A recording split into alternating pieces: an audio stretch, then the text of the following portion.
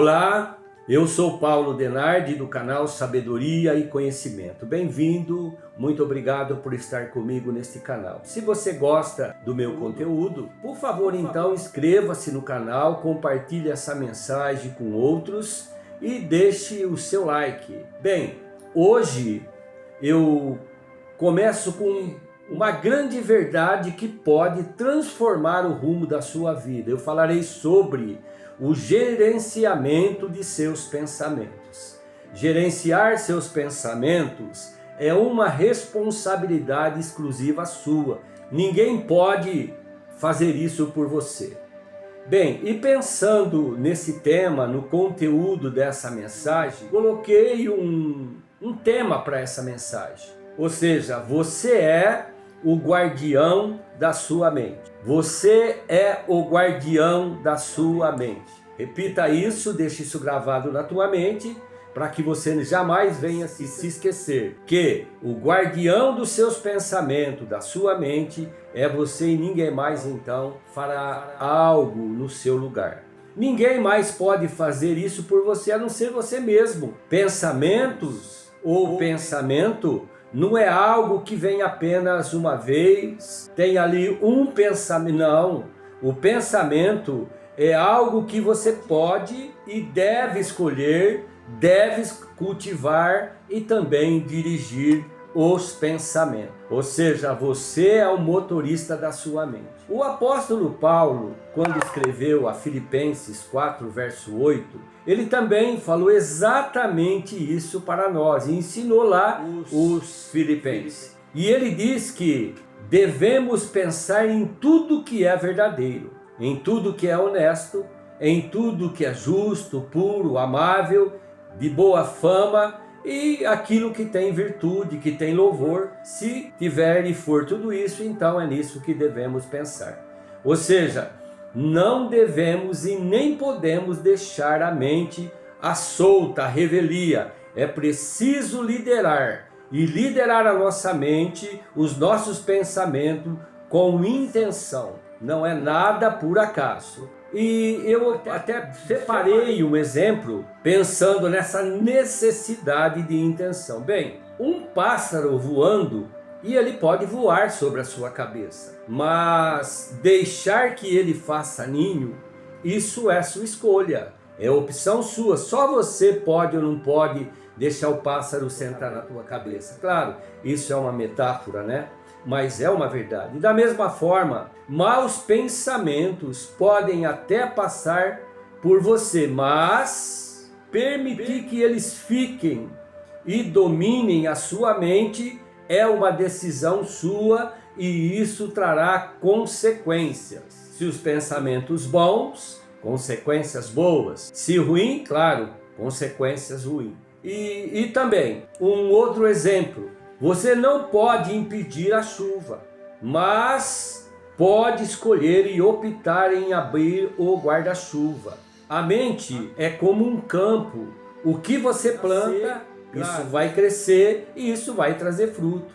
Se você planta lixo na tua mente, o que você espera colher? Lixo, confusão. Se você planta verdade, virtude, o que você espera colher? Espera colher verdade, virtude, colhe paz, ok? Essa mensagem é um chamado para você hoje tomar o controle do que habita dentro de você, dentro da tua mente.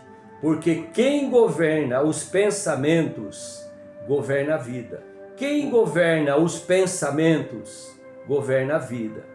E o que não governa seus pensamentos, ele terá maus pensamentos, e esses maus pensamentos governará você, essa pessoa, e essa pessoa, obviamente, o fim é encontrar a morte. O que um cristão, um homem que teme a Deus, um homem que tem a palavra de Deus no seu coração, como Paulo disse, o que ele precisa fazer e o que ele não deve fazer.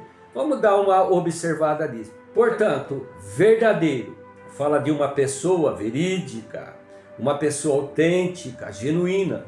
Isso é ser verdadeiro. A verdade, ela fortalece as relações interpessoais. A verdade traz um estado de paz, e paz aonde? No pensamento. E aqui eu não estou falando paz no sentido de ausência de conflito. Aliás, é exatamente o contrário. É a presença de tranquilidade, é a presença de esperança, isso é paz. É a presença da certeza que o meu Redentor vive, que a rédea da minha vida está na mão dele, ele é quem conduz. Se aconteceu, glorifico o nome dele. Se não, também glorifico o nome dele. Sendo verdadeiro o melhor, então nós encontraremos a paz que excede todo entendimento. Ela traz um fortalecimento, traz uma saúde, ela proporciona, ajuda a uma saúde mental. No convívio social também, o homem que é verdadeiro, a verdade evita conflitos e promove confiança, irmão. E a confiança não é algo que a gente ganha, pelo contrário, a gente perde, porque alguém um dia já nos deu confiança e no decorrer da vida foi dada a manutenção ou a perda da confiança. Caminha em comunhão com Deus e anda na luz, o homem que é verdadeiro. Ele caminha em comunhão com Deus, com as pessoas, ele tem comunhão e anda na luz. Jesus, ele crescia em conhecimento e em graça diante de Deus e diante dos homens. Como está escrito na carta de 1 João 7, se andarmos na luz, como ele está na luz, temos comunhão uns com os outros. E quando nós ignoramos essa verdade, você que está me assistindo, reflita nisso. Se eu não sou verdadeiro, o antônimo, o contrário, então é uma mentira. E a mentira ela gera ruptura no relacionamento. Essas rupturas vêm no relacionamento com os homens e também no relacionamento com Deus. A mentira é pecado. A mentira gera desconfiança, ela aprisiona a mente da pessoa, inclusive a pessoa, porque ela fica à mercê do inimigo. Quem mente se alinha com o engano, e a Bíblia diz que o pai da mentira é o diabo, e quem mente tem um pai, e isso está escrito em João 8,44. Depois você dá uma lidinha, você confere lá. Bem, o segundo ponto, ser honesto. Honesto fala de justo, fala de virtuoso, a medida justa, aquela medida sacudida, recalcada, transbordante. A balança é justa. A balança é justa tanto na compra quanto na venda. É um homem razoável, é um homem imparcial, é um homem íntegro, honesto. A honestidade protege o coração. Ou a pessoa que é desonesto, dependendo do tipo de negócio, ela nem dorme, fica pensando nas consequências. E o coração, ele está protegido da corrupção. E ele é moldado. Esse homem agora é moldado pela honestidade, tem caráter, tem integridade. Ele é bem visto pela sociedade.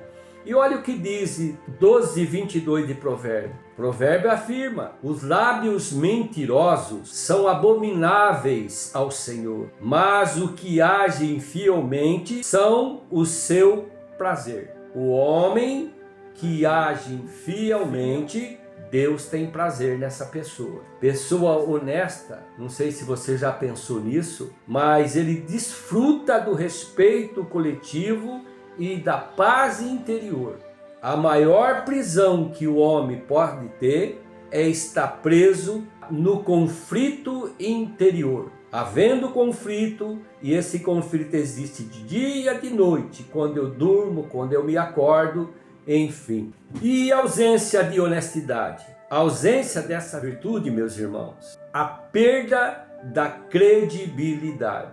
Claro, eu não gosto de comprar fiado, porque, claro, não deve comprar, e mesmo porque a gente corre o risco de um esquecimento, e se esquecer, vai ter problema depois. Mas quão bom é alguém dizer para você: pode levar, não tem problema, depois se acerta comigo.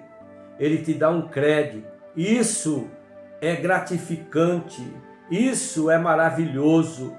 E eu, como na condição de cristão, eu estou exalando o bom perfume de Cristo. Por onde eu passo, o cheiro de Cristo vai sendo exalado.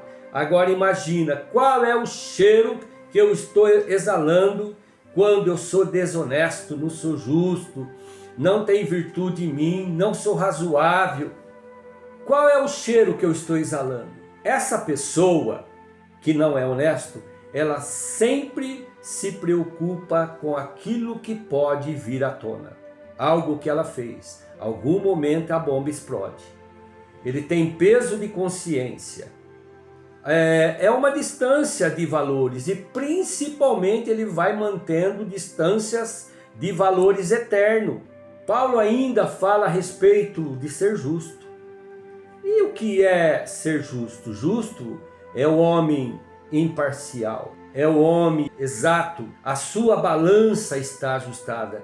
Como nós falamos acima, é um homem que é razoável, ele está adequado às normas, ele procede conforme a cultura, ele não burla as leis, é um homem justo. A justiça, então, ela é a base e a base saudável de uma fé coerente e a base também da nossa sociedade, ser justo. Me lembro que há uns 30, 40 anos atrás, ainda quando era garoto, falando de justo, uma empresa em Araraquara, onde eu morava, ela perdeu, o funcionário deixou cair, uma bolsa que havia ali muitos documentos. Havia duplicatas, havia notas promissórias, havia talões de cheque, havia várias notas, na época ainda, eu acho que era cruzeiro, enfim, havia muito dinheiro ali dentro. E levei até o Banco do Brasil, que eu conhecia alguns caixa, alguns funcionários, ainda cidade pequena, e também eu era office boy, conhecia muita gente. Aquele caixa pegou aqueles documentos, devolveu a mim e disse para mim: sobe aquela escada e fala com o gerente. O gerente pegou aqueles documentos, olhou com um ar de espanto, ligou para o dono da empresa, que eles eram amigos, é uma empresa muito conhecida em Araraquara. Aquele homem também ficou ali espantado pela minha atitude, mas isso veio do berço, veio do pai, ensinamento. O pai ensinava, o pai cobrava, o pai falava de valores, o pai repreendia quando necessário, o pai não deixava a rédea solta. Hoje a gente deixa a vida nos levar, e isso está errado. Existe baliza, limites, existe justiça e existe pessoas justas também. Bem, a justiça é a base de uma sociedade, e de uma sociedade saudável, vale reforçar isso. Deus se agrada de quem pratica a justiça. Vamos ver aqui, está escrito em Miqueias, capítulo 6, verso 8. O que mais o Senhor exige de ti, senão que pratiques a justiça? O que mais que Deus espera de você? Que você seja justo. Aquilo que é seu, aquilo que não é seu, não é seu. E no campo humano, a justiça gera equilíbrio entre as pessoas. Acaba aqui evitando abusos.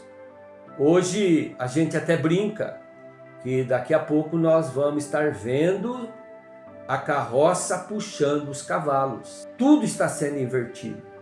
E quando nós negligenciamos isso, prevalece a opressão, a desigualdade, o distanciamento entre pessoas, o distanciamento para com Deus. E Deus é justo na sua essência, Deus é bom na sua essência, e Ele não vai se relacionar com a pessoa que tem o caráter torto assim. Agora, como pode eu pensar que eu sou filho de Deus e ando trapaceando, roubando as pessoas, não sendo justo, não sendo verdadeiro, não sendo puro? Paulo ainda, ele fala a respeito da pureza. Ou seja, o que é ser puro? É um homem, é alguma coisa, ou melhor, que não tem mistura. Ou uma farinha pura, um arroz puro, um feijão puro. Ele não foi maculado, ele não foi manchado, não foi misturado. É uma água límpida, ela está cristalina. É uma água, é um arroz, é um feijão puro, genuíno. E assim deve ser o homem. O seu pensamento, a sua mente deve ser genuína, sem mácula, limpa, sem mistura, íntegro de caráter. E a pureza preserva, queridos irmãos, o pensamento. Toda vez que vem um pensamento contrário à palavra de Deus, ele deve ser repudiado. Ele tem que ser barrado, ele não pode entrar. E porventura, se porventura ele entrar, tem que ser expulso em nome de Jesus Cristo. Porque Jesus é o príncipe da paz. Jesus é o nosso livramento, a nossa proteção, a nossa salvação, o nosso descanso, o nosso refúgio, a nossa fortaleza no dia da tribulação. Proteger o corpo. Quando eu sou puro, eu estou protegendo o meu corpo, estou dando uma direção para o meu pensamento, estou dando uma direção para o meu espírito. A direção do meu espírito se relaciona com Deus. Pureza traz saúde emocional. Ele não é malicioso. Ele, no meio do caos, ele enxerga boas coisas. No meio do caos, ele vê virtude. É um homem que olha segundo a ótica de Deus. Ele vê segundo o propósito divino. Isso é pureza. Alguns podem até achar que você é inocente. Coitadinho, não, eu sou puro, não sou inocente. Conheço a verdade, sei o que é mentira, mas a minha mente está e é cativa do nosso Senhor Jesus. E em Mateus, capítulo 5, verso 8, olha o que diz. Jesus declara: bem-aventurados os limpos de coração, porque verão a Deus. Querido, eu lia esse versículo e algumas coisas passaram pela minha mente. Fiquei pensando, limpo de coração, limpo. No meu coração chega poeira? No meu coração chega que tipo de sujeira? Sujeira física ou sujeira vindo do coração, que é a malícia? Coração maculado por maldade, por inveja, por ciúme, dissolução, prostituição, vício, lascívia. É isso que é ser sujo de coração. E o Senhor está dizendo que os limpos de coração verão a Deus. Mas eu posso olhar do ponto de vista ao contrário. Os sujos de coração, os viciados, avarentos, assassinos, mentirosos, prostitutos, que praticam a traição, a pergunta é: verão a Deus? Eu não quero pagar para ver. Prefiro orar, buscar o Senhor e dizer: Senhor, fala comigo, e quando eu errar e pecar contra ti, no nome de Jesus, traga peso no meu coração. Quando eu caminho ao contrário da pureza, o que pode acontecer comigo? Então, a impureza, ela conduz e produz culpa. A impureza, porque se pureza é prostituição, adultério, está produzindo culpa espiritual e culpa também no âmbito pessoal, para com o meu companheiro. Isso traz culpa. E se essa culpa não for resolvida, ela trará doenças. E pode vir doenças emocionais. Outra, quer você crer ou não, a Bíblia diz que aqueles que praticam esse tipo de coisa, a rédea da vida dele está na mão do diabo. Carece de arrependimento primeiramente com Deus e depois consertar com a pessoa ofendida, com a vítima. Primeiramente com Deus, pode, claro, ser primeiramente com a pessoa que é vítima, que está envolvida nessa circunstância, mas que tem que ser resolvido com a vítima, com a pessoa envolvida com Deus, absolutamente, indiscutivelmente. Basta você olhar para as pessoas que praticam e que não resolveram esse tipo de coisa. Você verá que a vida dessas pessoas está um inferno. Elas podem até ter dinheiro, mas tem doença, não tem paz, ninguém tem confiança nela, todo mundo olha de olho torto, querem ela do seu lado, porque a companhia dela pode trazer algum privilégio, uma cervejinha, uma carne, coisa desse tipo. Mas confiança, a reputação dela foi embora. Bem, agora passamos para a boa fama. Parece ser o menos importante. Para mim, Paulo, isso aqui tem muita importância.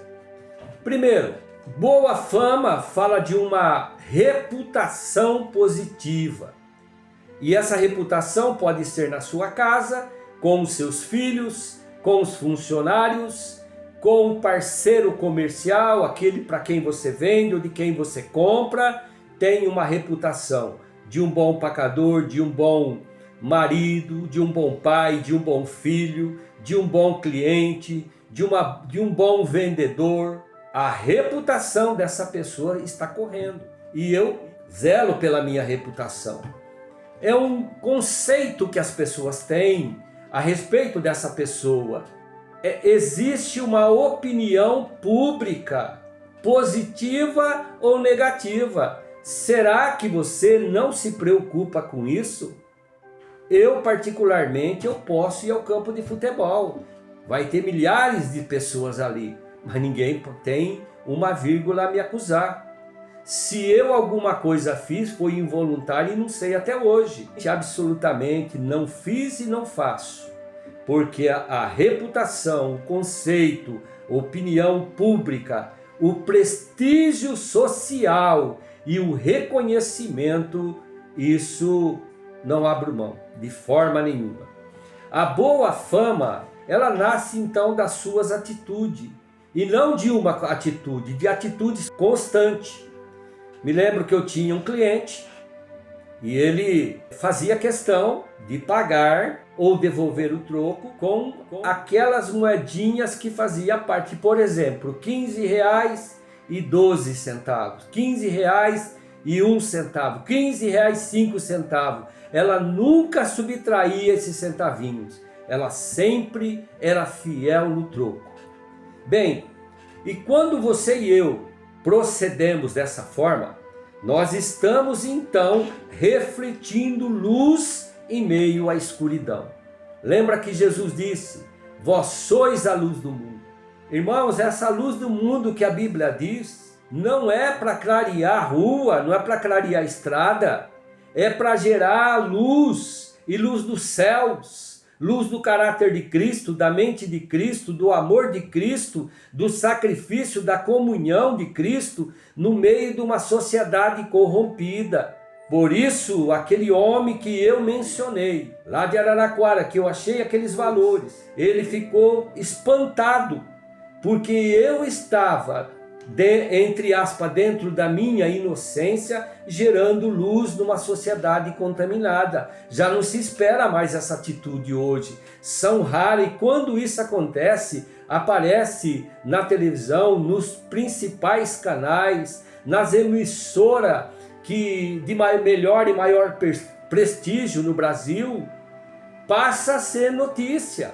Luz no meio da escuridão. Outra coisa interessante, esse homem, essa mulher, esse indivíduo, ele sempre tem uma palavra boa. Pode haver crise do lado de fora, mas na boca desse homem, ou melhor, da boca desse homem, sempre sai uma palavra de paz, de direção, de conforto, de carinho, uma palavra de vida.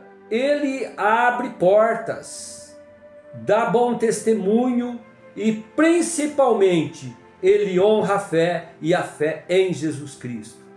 Porque tudo que nós falamos até agora, boa fama, verdadeiro, ser puro, ser justo, isso é inerente ao caráter de Cristo. E quando eu sou cristão, eu tenho que assim proceder. Eu não posso me sentar na roda dos escarnecedores.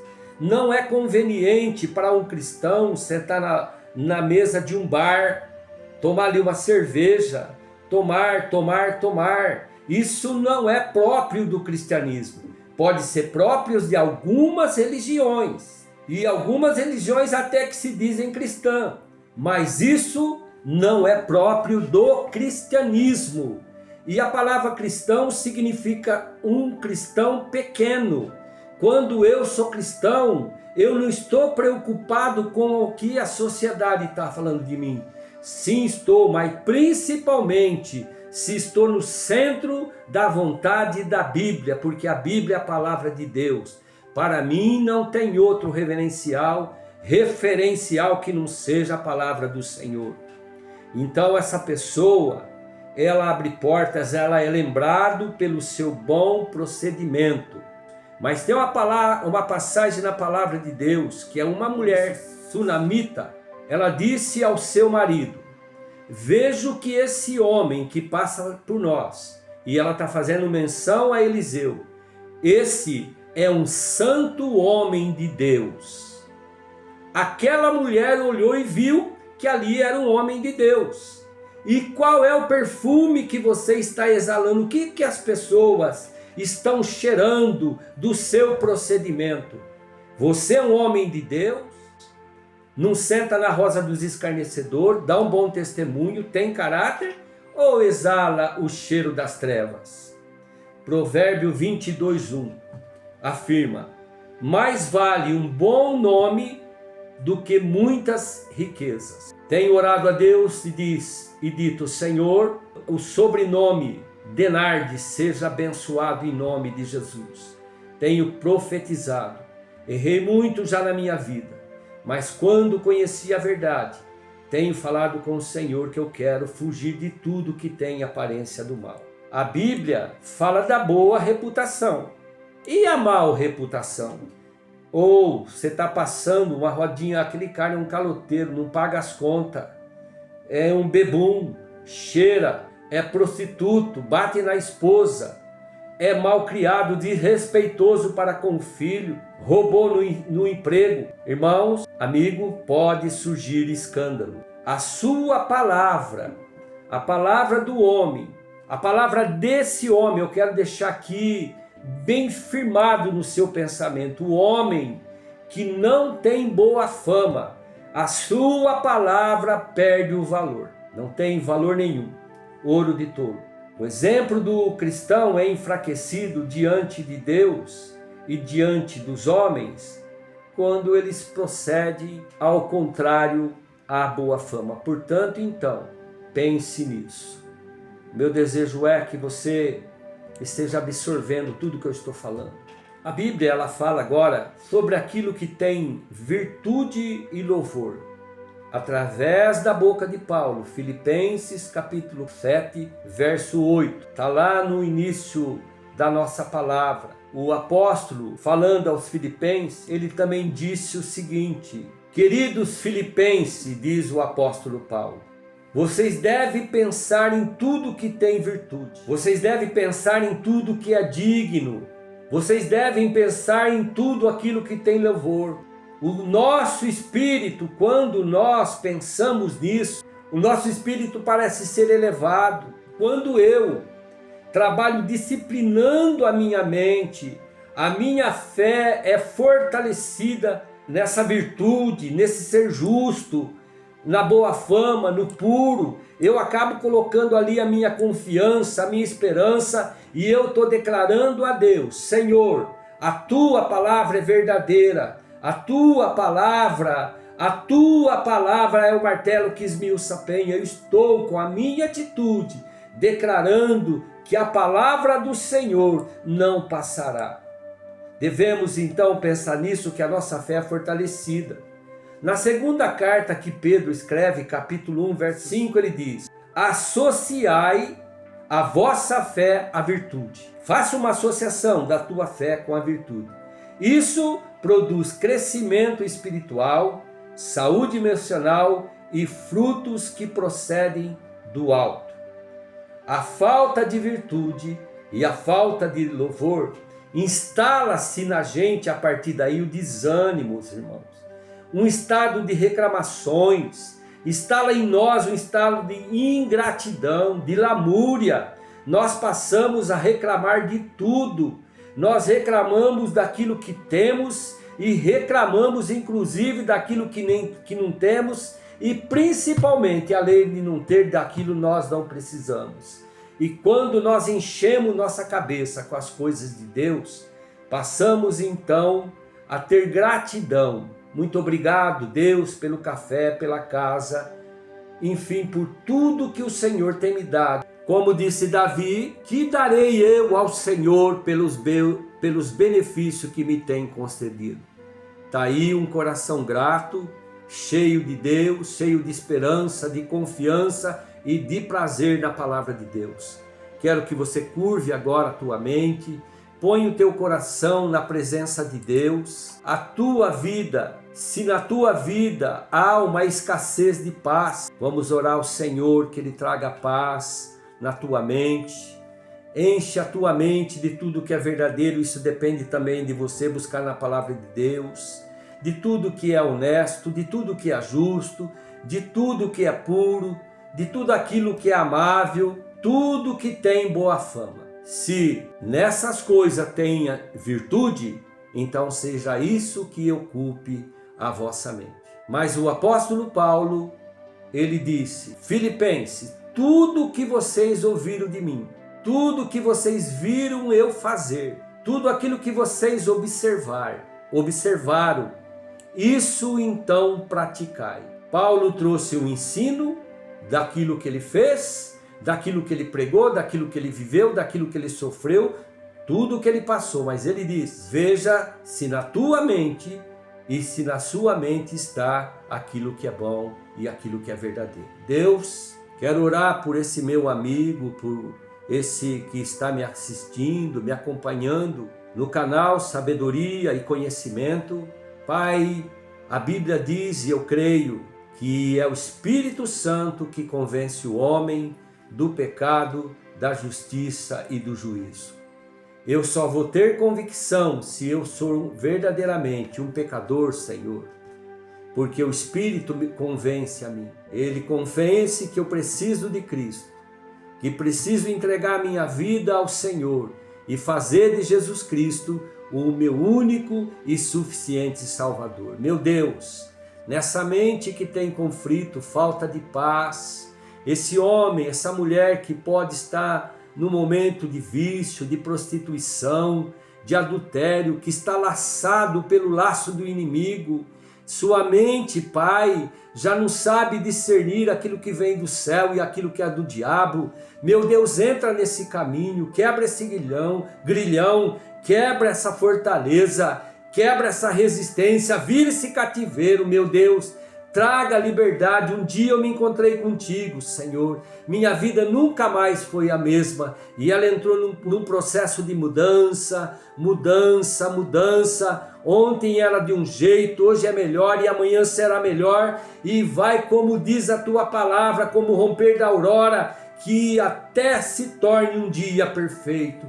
E o homem que teme ao Senhor, ele precisa ser assim, um dia melhor que o outro. Meu Deus, glorifica teu nome na vida desse homem, na vida dessa mulher, e envergonha o diabo, Senhor, que tem atormentado. Vira esse cativeiro, quebra esses grilhões, que nessa noite de hoje ele possa dormir.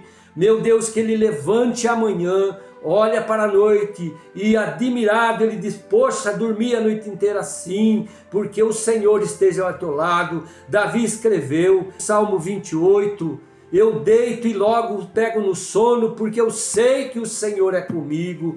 Meu Deus, esconde essa pessoa debaixo, Senhor, das suas asas, no nome do nosso Senhor. Eu te abençoo no nome do Pai, do Filho e do Espírito Santo. Que a bondade e a misericórdia do Senhor seja sua amiga, sua companheira, todos os dias da sua vida. Que essa palavra Jesus, entra agora na tua mente, no teu coração, na tua alma, na tua vida, na tua família e despedaça todo conceito, todo preconceito, todo padrão do mundo, padrão religioso que não vem dos céus. Oh Deus, em nome de Jesus, quebra as prisões na vida desse homem, liberta essa mulher, entra nessa família, entra nesse vício, meu Deus. A tua palavra é o martelo que esmiuça a penha. Te abençoo em nome do Pai, do Filho e do Espírito Santo. Amém.